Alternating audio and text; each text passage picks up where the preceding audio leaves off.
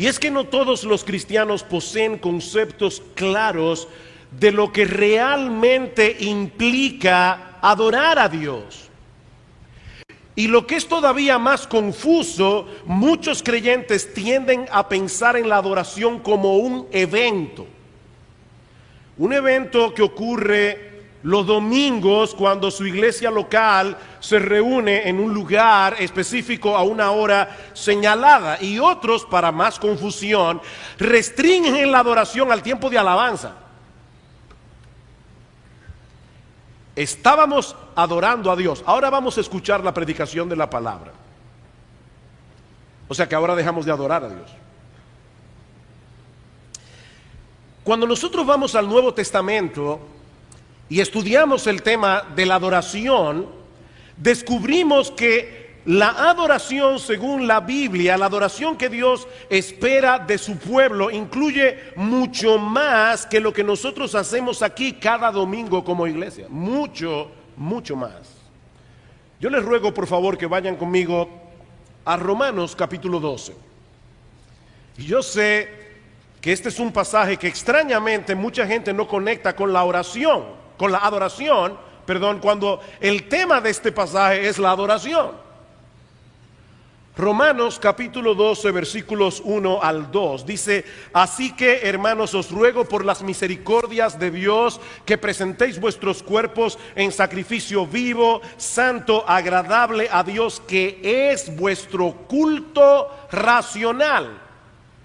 No os conforméis a este siglo, sino transformaos por medio de la renovación de vuestro entendimiento, para que comprobéis cuál sea la buena voluntad de Dios, agradable y perfecta. Esta palabra que se traduce como culto al final del versículo 1 en nuestras Biblias, también puede ser traducido como adoración o servicio. Es la palabra griega latría, que nosotros usamos en español, por ejemplo, cuando hablamos de la idolatría, es decir, la adoración de aquello que no es Dios. Esta palabra es usada en el Nuevo Testamento en más de una ocasión, como Hebreos capítulo 9, versículo 1 y Hebreos capítulo 9, versículo 6, para referirse a la adoración que los israelitas le rendían a Dios en el Antiguo Testamento.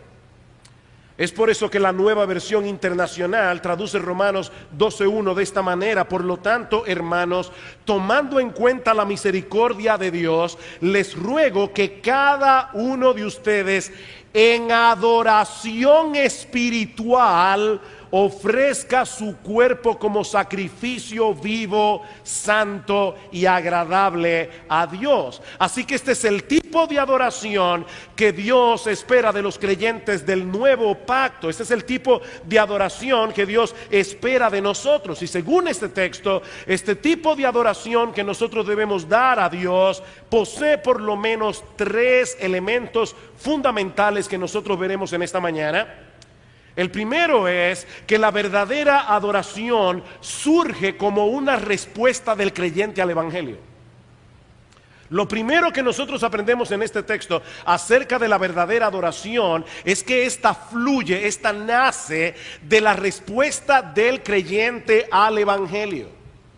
Los primeros capítulos de esta carta contienen una explicación detallada del contenido del Evangelio. Y Pablo comienza aquí diciendo: así que, por todo lo que yo he venido diciendo antes, en los 11 capítulos anteriores. ¿Y qué nosotros vemos en esa primera sección de la carta a los romanos? Que el Evangelio es una buena noticia que empieza con una noticia muy mala. El Evangelio es una buena noticia, una noticia extraordinaria, es la mejor noticia que tú puedas escuchar. Pero esa noticia solo se entiende cuando nosotros conocemos la mala noticia que tiene detrás. Todos los seres humanos estamos en serios problemas delante de Dios por causa de nuestros pecados. Pablo dice en Romanos capítulo 1 que los hombres han detenido con injusticia la verdad. En otras palabras, nuestro Dios se ha revelado claramente a través de la creación. Nuestro Dios ha revelado claramente su poder, su sabiduría, de manera que nadie tiene excusa. Sin embargo, los hombres no quieren someterse a ese Dios. ¿Y qué hacen? Buscar una explicación de la creación del universo que no tenga nada que ver con Dios. Y Pablo dice en Romanos capítulo 1, versículo 18, la ira de Dios se revela desde el cielo contra toda impiedad e injusticia de los hombres que detienen con injusticia la verdad. Pero no solamente eso, todos nosotros también hemos violado la ley de Dios, hemos violado los mandamientos de Dios en incontables ocasiones. Pablo dice en Romanos capítulo 3 que en el mundo entero no hay un solo hombre que sea justo, ni aún uno, dice Pablo en el versículo 10. No hay quien entienda, no hay quien busque a Dios. No, pastor, si yo estoy aquí en la iglesia es porque yo fui invitado, pero yo estoy buscando a Dios. No, si realmente tú viniste a esta iglesia, probablemente, tal vez es porque Dios te está buscando a ti. Este texto dice claramente, no hay quien busque a Dios. Todos se desviaron, a una se hicieron inútiles, dice Pablo. No hay quien haga lo bueno, no hay ni siquiera uno. Pero es sobre ese fondo negro que el diamante del evangelio brilla en todo su esplendor, en todo su fulgor. La buena noticia que el evangelio anuncia es que Dios no nos dejó en esa condición de miseria y de condenación, sino que proveyó a través de Cristo un Salvador que nos libra del pecado y de todas sus consecuencias. Cristo se hizo hombre siendo Dios, la segunda persona de la Trinidad, vivió una vida de obediencia perfecta a la voluntad del Padre y luego murió en la cruz del Calvario como un criminal para pagar nuestra deuda delante de Dios. Él decidió voluntariamente recibir sobre sí mismo todo el peso de la justa ira de Dios que tú y yo, mi amado hermano, merecíamos por causa de nuestros pecados. ¿Sabes para qué? Para que ahora que nosotros hemos creído en Cristo, para que ahora nosotros podamos ser tratados por Dios como si hubiéramos vivido la vida de obediencia perfecta que Él vivió, que Cristo vivió. Ese es el mensaje del evangelio. Ese es el mensaje que Pablo explica con lujos de detalles en los primeros 11 capítulos de la carta a los romanos. La pregunta es, ¿cómo se supone que debemos vivir ahora todos aquellos que hemos sido beneficiarios de una salvación tan grande? Eso es lo que Pablo nos explica a partir del capítulo 12.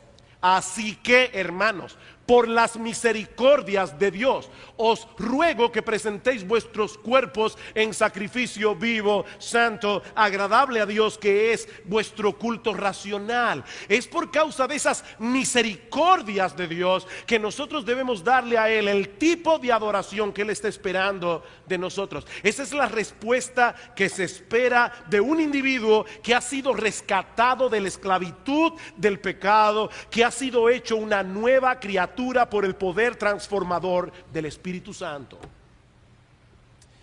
De manera, mis hermanos, y yo sé desde que empecé esta serie que están locos porque yo trate ciertos temas, pero déjenme decirles algo de entrada. Si algo aprendemos de las Escrituras y de Romanos capítulo 12 de manera particular, es que la verdadera adoración no tiene que ver primariamente con cierto tipo de liturgia en la iglesia, que la verdadera adoración no tiene que ver primariamente con ciertos estilos musicales. La verdadera adoración nace del entendimiento. La verdadera adoración nace del entendimiento. En la misma medida en que entendemos la magnitud de nuestros pecados delante de Dios y lo que Él estuvo dispuesto a hacer para salvarnos, en esa misma medida estaremos preparados para dar a Dios la adoración que Él merece. Una adoración que de paso involucra activamente nuestras emociones. Yo no creo que nosotros podamos adorar a un Dios como el Dios que nosotros adoramos. Yo no creo que nosotros podemos cantar indecible, insostenible, indomable, con el corazón frío como un témpano de hielo. No, la adoración debe involucrar nuestras emociones, pero hermanos, es una adoración que se origina en nuestro entendimiento. Es un culto racional, es un culto, es una adoración con entendimiento. Es por eso que la predicación de la palabra de Dios debe ocupar un lugar central en nuestra adoración corporativa. No fue antojadizamente que el apóstol Pablo colocó este llamado a la adoración en Romanos, en esta sección de la carta, luego de haber explicado el Evangelio. Porque Pablo hizo eso, porque debemos entender el Evangelio para que entonces podamos reaccionar en adoración. John MacArthur dice al respecto, escuchen estas palabras de MacArthur: nuestra adoración es pobre porque nuestro conocimiento es pobre, y nuestro conocimiento es pobre porque nuestra predicación es pobre. Pero cuando la palabra de Dios es expuesta en su plenitud y la congregación comienza a percibir a través de la palabra la gloria del Dios viviente, entonces se postra en solemne temor y gozosa maravilla delante de su trono. La predicación de la palabra promueve la adoración. Lo segundo que nosotros aprendemos de este pasaje, Romanos capítulo 12, es que la verdadera adoración abarca toda nuestra vida. La verdadera adoración abarca toda nuestra vida, no meramente lo que hacemos como iglesia durante 1 hora y media cada domingo. Versículo 1 otra vez. Así que, hermanos, os ruego por las misericordias de Dios que presentéis vuestros cuerpos en sacrificio vivo, santo, agradable a Dios. Cuando las personas del primer siglo escuchaban esta expresión, presentar un sacrificio, lo primero que venía a sus mentes era la figura de un animal que iba a ser inmolado y luego quemado en el fuego. Esa es la idea que está detrás de la palabra sacrificio. Y lo que Pablo nos está diciendo aquí es que la adoración que los creyentes deben dar a Dios, mis hermanos, no es otra cosa que el sacrificio de sí mismos. No como un sacrificio muerto, como se hacía en la antigüedad, sino como un sacrificio vivo. De manera, vuelvo e insisto, que no se trata de algo que hacemos en un momento en particular, sino de toda una vida rendida en obediencia a Dios. Mis hermanos, nosotros hemos muerto con Cristo, dice Pablo en Romanos capítulo 6. Nosotros hemos resucitado juntamente con Cristo para andar en novedad de vida. Y yo creo que esa es la idea que el apóstol Pablo tenía en su mente cuando escribió Romanos capítulo 12. Vayan conmigo a Romanos capítulo 6, unos capítulos más atrás. Hablando acerca del bautismo, y muchos de ustedes han visto cómo se hace un bautismo bíblicamente, sepultando en agua a la persona que está dando testimonio público de su fe. Pablo dice, porque versículo 4, somos sepultados juntamente con él para muerte por el bautismo, a fin de que como Cristo resucitó de los muertos por la gloria del Padre, así también nosotros andemos en vida nueva. Porque si fuimos plantados juntamente con él en la semejanza de su muerte, así también lo seremos en la de su resurrección. Sabiendo esto, ven otra vez como el entendimiento juega un papel en la adoración. Sabiendo esto, que nuestro viejo hombre fue crucificado juntamente con él. ¿Para qué? Para que el cuerpo del pecado sea destruido, a fin de que no sirvamos más al pecado. Versículo 11, así también vosotros consideraos muertos al pecado, pero vivos para Dios en Cristo Jesús, Señor nuestro. Hace muchos años leí la historia de un hombre que iba en un tren y de repente, pasando de vagón en vagón, se encontró con un grupo de gente que estaba jugando póker. Y de repente le dijeron, ay, qué bueno que usted sabe jugar póker. Dice, sí, yo sé jugar póker. ¿Pudiera por favor unirse a nosotros, que nos falta una persona? Y el individuo le respondió, ay, lo lamento, es que yo no traigo mis manos conmigo. Ellos miraron al individuo y se dieron cuenta que no era manco. Y él aprovechó para decirle, no, es que estas no son mis manos, estas son las manos que Cristo compró con el precio de su sangre, y yo no puedo usarla para estar jugando póker con ustedes.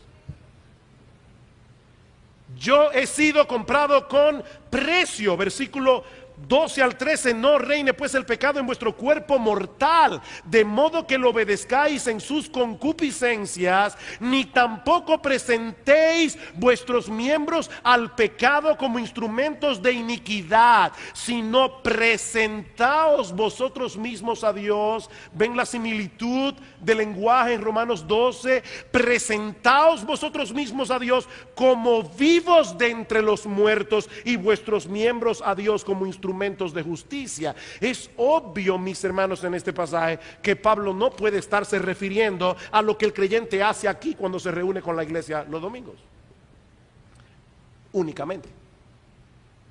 Tenemos una vida nueva en Cristo, una vida que debemos vivir conscientemente para Dios, procurando intencionalmente agradarle en todo lo que hacemos, y que sea su gloria la que brille, no la nuestra. Por eso es que nuestra vida debe ser de pie a pa adoración a Dios. Ya sea que estemos aquí, congregados como iglesia, o ya sea que estemos en nuestros lugares de trabajo, ya sea que estemos compartiendo con nuestra familia, debemos actuar como lo que somos. Y lo que somos, mis amados hermanos, es adoradores del único Dios vivo y verdadero. Esa es nuestra identidad. Nosotros nunca podemos dejar de ser adoradores. Algunas personas pueden pensar: oye, pero eso es una camisa de fuerza.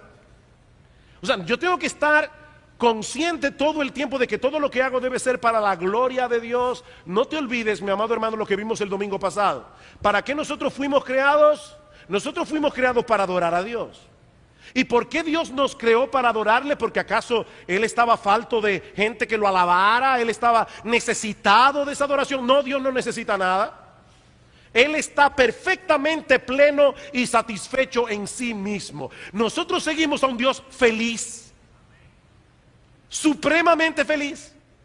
Pero ese Dios, que es un Dios feliz, es amor. Y en su amor Él quiso compartir esa felicidad con otros. La razón por la que Dios quiere que nosotros le adoremos no es porque Él lo necesite, es porque nosotros lo necesitamos. Él sabe que nuestra felicidad depende de que nosotros vivamos para su gloria. Esto no es una camisa de fuerza. Juan capítulo 4, acompáñenme por favor a este conocidísimo pasaje de Juan capítulo 4. Es imposible hablar de la adoración sin tocar este encuentro del Señor Jesucristo con la mujer samaritana. Juan capítulo 4. Ustedes conocen la historia. Cristo tenía que ir de Judea a Galilea, pero le era necesario pasar por Samaria, porque Él tenía que encontrarse con una mujer allí.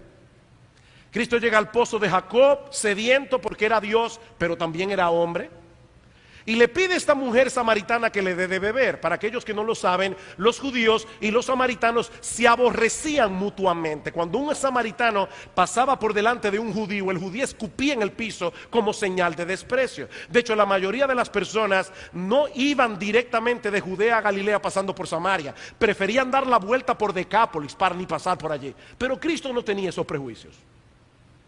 Y Él le dice a esta mujer samaritana: dame de beber. La mujer samaritana obviamente se extraña. ¿Cómo puede ser que tú, judío, me pidas a mí de beber, que soy mujer samaritana, cuando judíos y samaritanos no se tratan entre sí?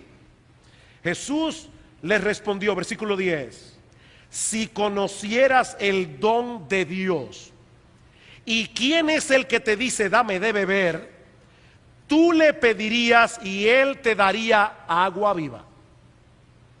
Otra vez la mujer se extraña. Versículo 11: Señor, no tienes con qué sacarla y el pozo es hondo. ¿De dónde pues tienes el agua viva? Versículo 13: respondió Jesús y le dijo: cualquiera que bebiere de esta agua volverá a tener sed, mas el que bebiere del agua que yo le daré no tendrá sed jamás, sino que el agua que yo le daré será en él una fuente de agua que salte para vida eterna. Mis hermanos, déjenme hacerles una pregunta. ¿Está hablando el Señor aquí particularmente de algo que ocurre cuando estamos congregados como iglesia? ¿O está hablando Él de algo que debe manifestarse continuamente en la vida de aquellos que han bebido del agua que Cristo ofrece? ¿Es la adoración un evento o es la adoración una vida? La mujer samaritana veía la adoración como algo ocasional, Algo que ocurría en un lugar, en un momento particular. Señor, nuestros padres adoraron en el monte Gerizim. Ustedes dicen que es en Jerusalén que debemos adorar. La pregunta típica, ¿verdad?, cuando uno está predicando el evangelio: ¿cuál es la religión verdadera? O sea, ella veía la adoración atada a un lugar, atada a una ocasión.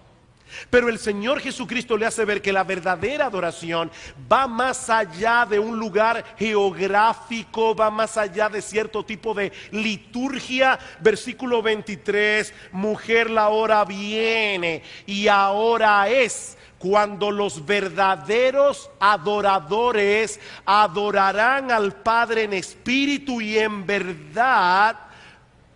Porque también el Padre tales adoradores busca que le adoren.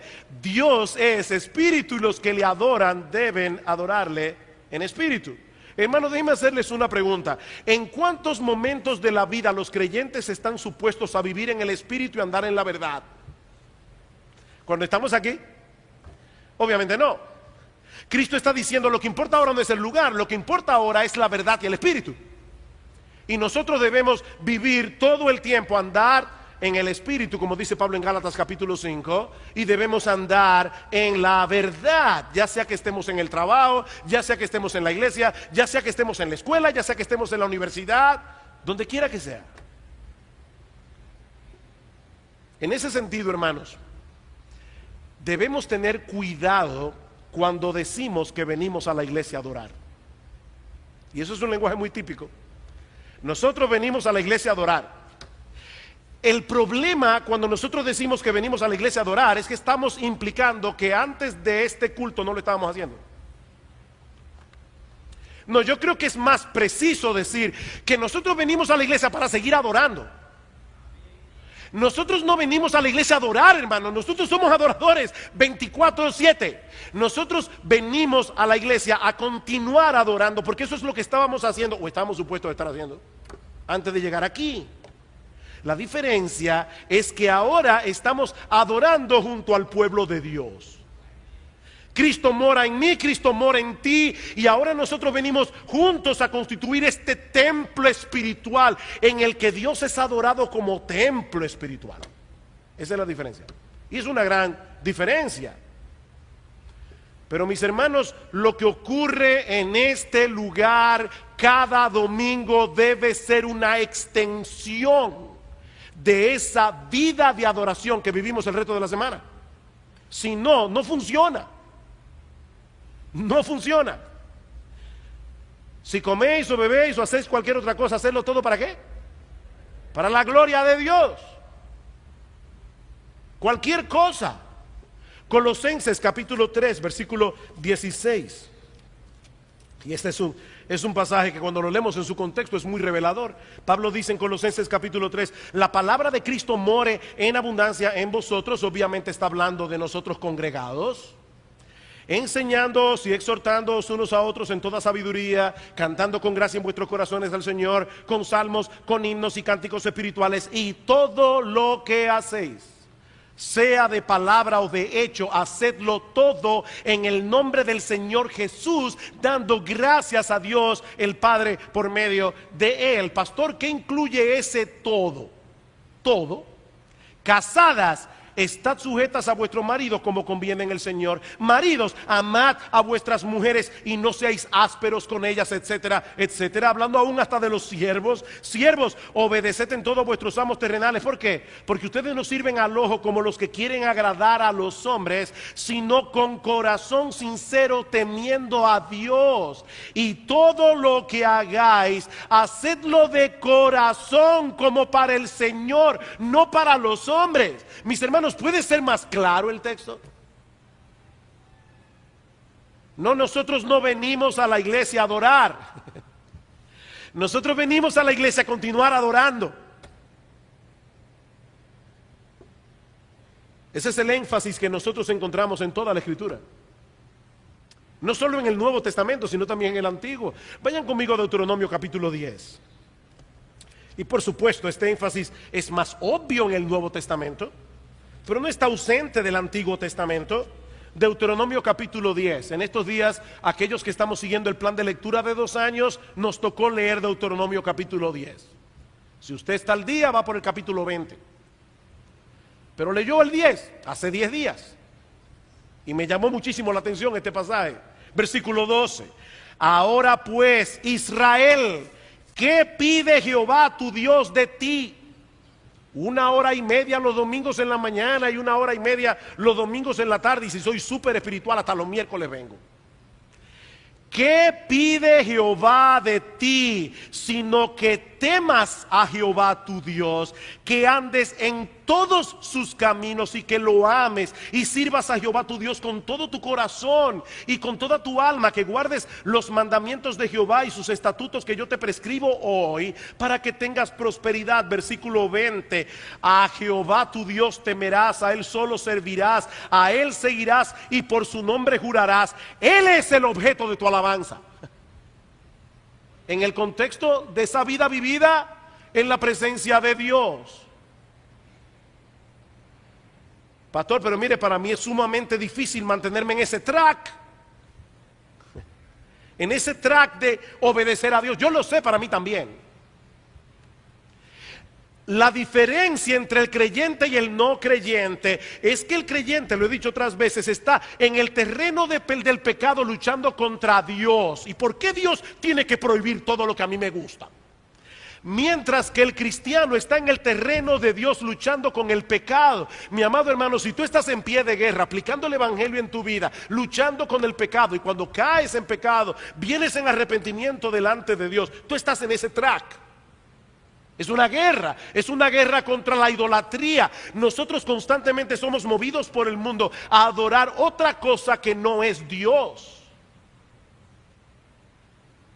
Y cada vez que nosotros pecamos, la razón por la que pecamos es porque estamos en ese momento adorando otra cosa que no es Dios. Nosotros queremos encontrar sentido a nuestra vida, gozo, satisfacción en cosas que no son Dios. Por eso en 1 de Juan capítulo 5 versículo 21, Juan termina su carta escrita a creyentes diciendo: hijitos, que guardaos de los ídolos. ¿Significa esto que no es importante que nos congreguemos como iglesia cada domingo?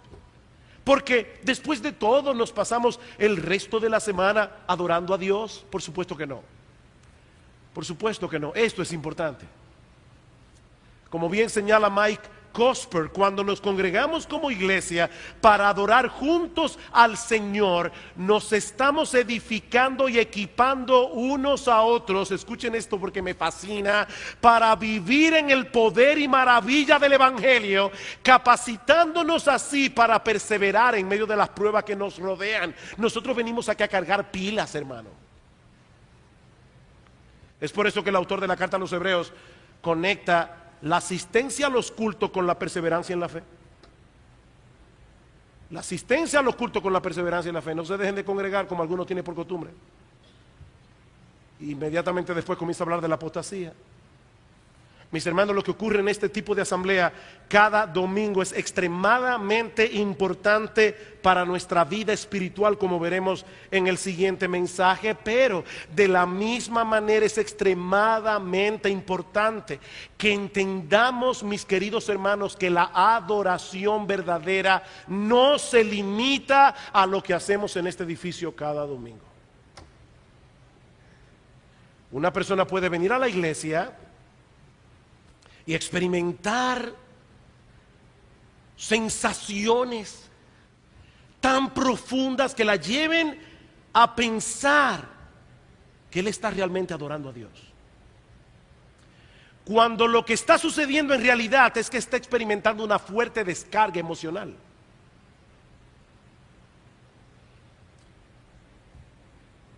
Escuchen lo que dice John MacArthur con respecto a ese punto, porque es importante. La semana que viene nosotros veremos las tensiones de la adoración. Hay una tensión entre venir a alimentar mi intelecto y al mismo tiempo reaccionar emocionalmente. ¿Cómo yo puedo mantenerme en esa tensión sin caer en el intelectualismo y sin caer en el emocionalismo? Eso es una tensión de la adoración. Pero una de las cosas que dice MacArthur es lo siguiente: La música y la liturgia pueden ayudar a la expresión de un corazón que ya es adorador, pero estas no pueden cambiar un corazón no adorador en uno que sí adore. La música no puede hacer eso. Sigue diciendo, el peligro está en que la música y la liturgia pueden dar la impresión de haber adorado a un corazón que no adoró.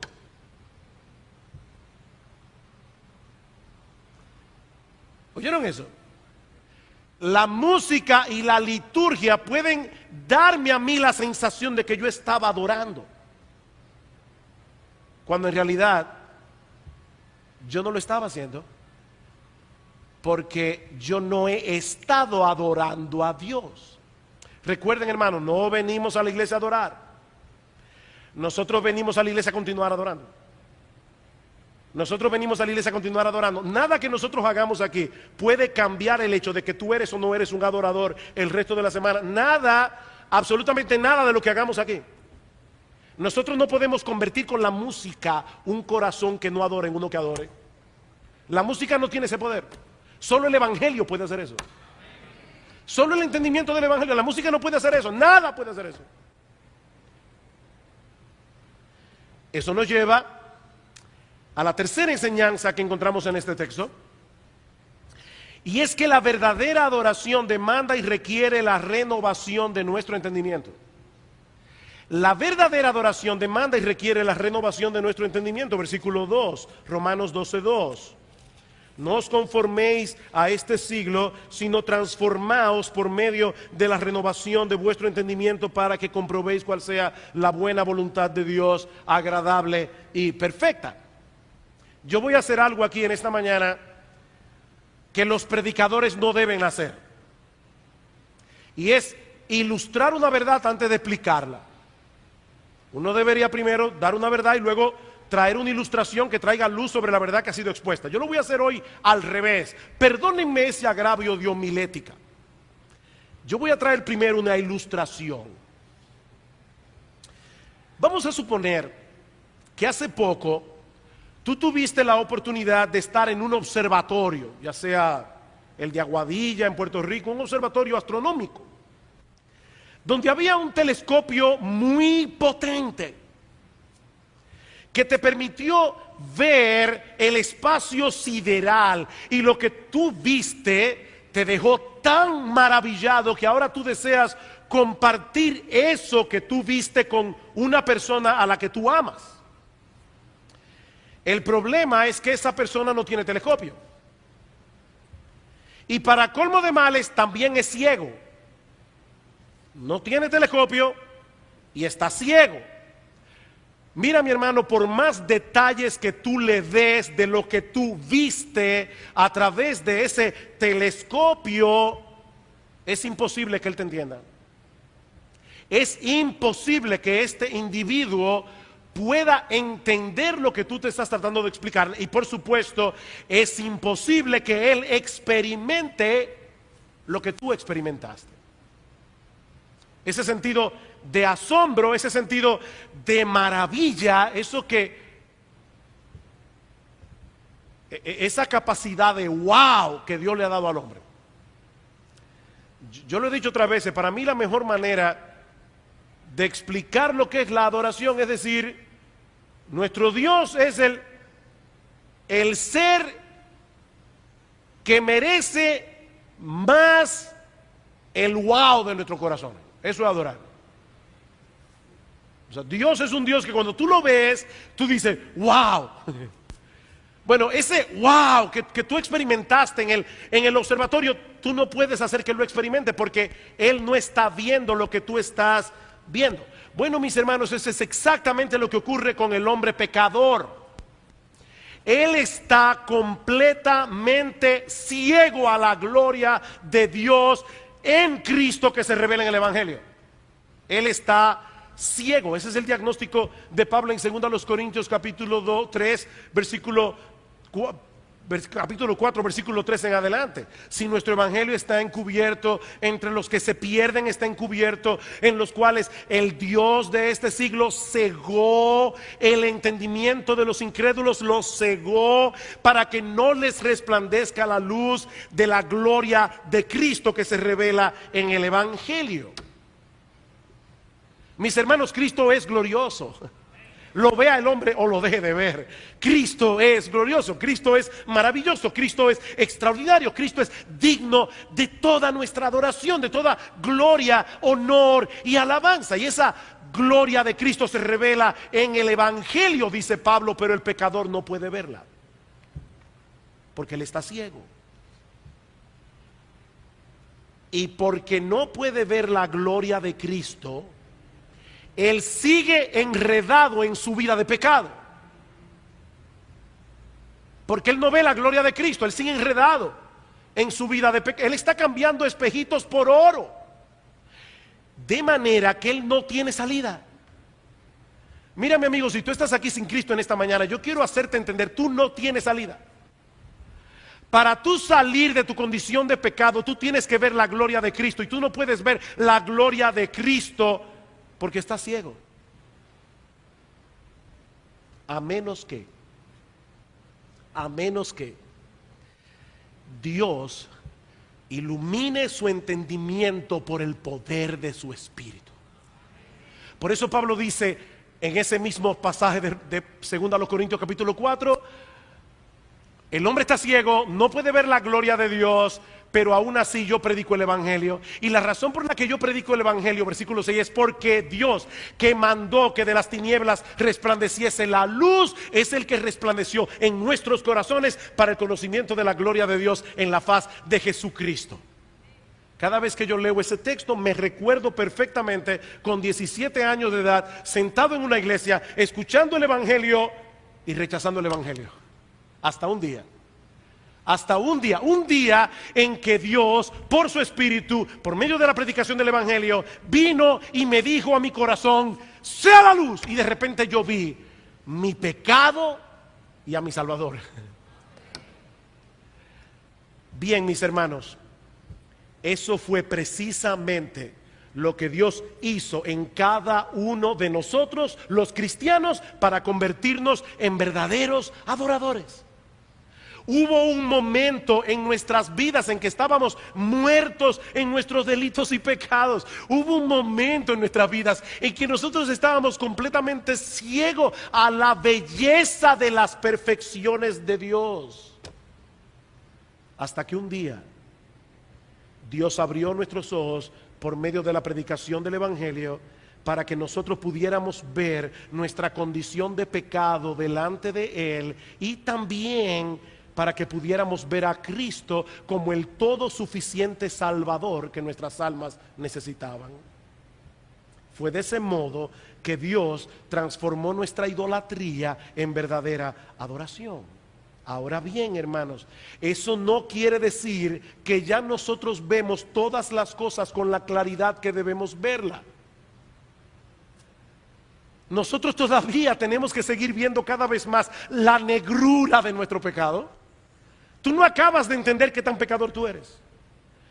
Como de la misma manera, nosotros todavía tenemos que seguir creciendo y creciendo y creciendo en entender la gloria, la belleza, la majestad de nuestro bendito Salvador. Y saben que cuando nosotros estemos en el cielo con corazones y cuerpos glorificados, la eternidad no bastará para agotar ese tema.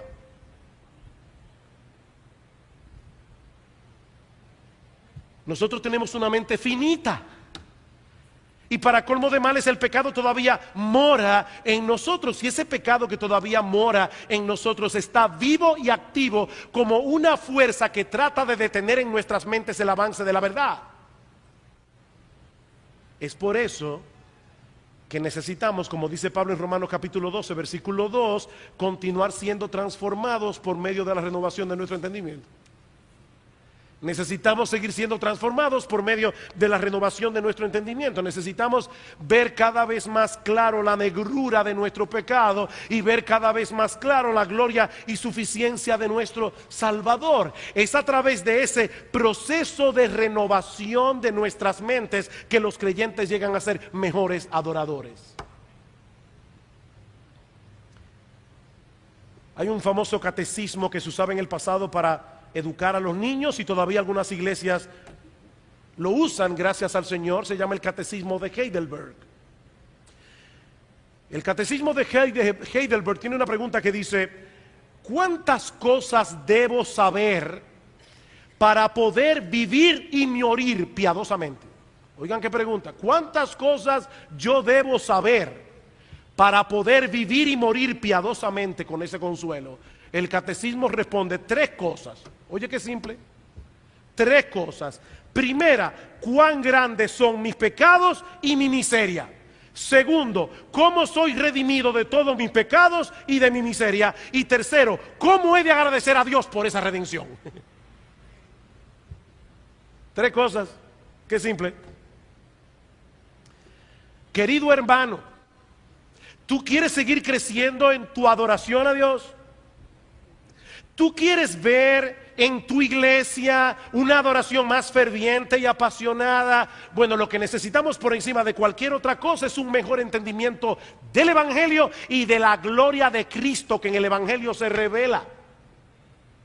Eso es lo que necesitamos. Escucha con cuidado estas palabras de Donald Carson.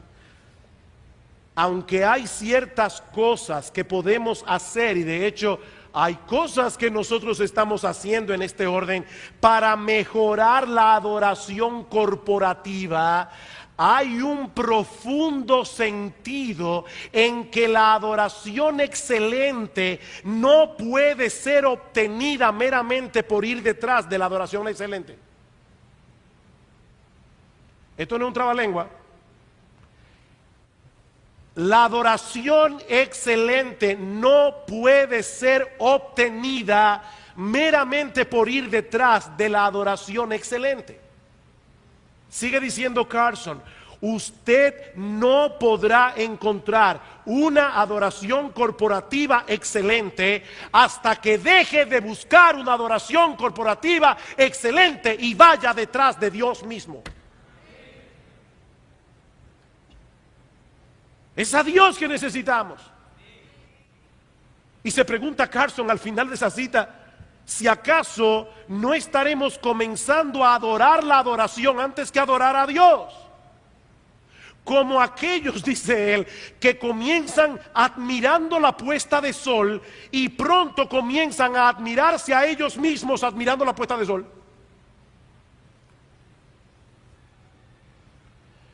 Déjame hacerte una pregunta que puede sonar rara. Tú vienes a la iglesia, ya yo dije que nosotros venimos a la iglesia a continuar adorando a Dios, ¿verdad? Tú vienes a la iglesia a continuar adorando a Dios o a sentir que adoras. No, tú vienes a la iglesia a continuar adorando a Dios. Por supuesto, aquellos que realmente están adorando a Dios sienten que están adorando a Dios, pero una persona puede sentir que está adorando a Dios y no estar adorando a Dios. Mis hermanos, la adoración a Dios comienza con un entendimiento apropiado de quién es Él, de quiénes somos nosotros y de lo que Dios ha hecho a través de Cristo para que individuos como nosotros podamos tener comunión con Él. Nunca seremos perfectos de este lado del cielo.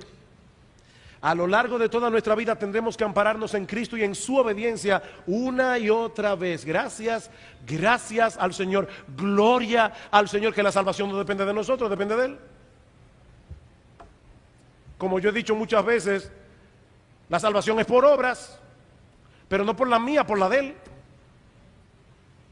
Mi salvación depende de Él. Mi salvación depende de lo que Él hizo. Por eso yo no puedo perderla de ninguna manera.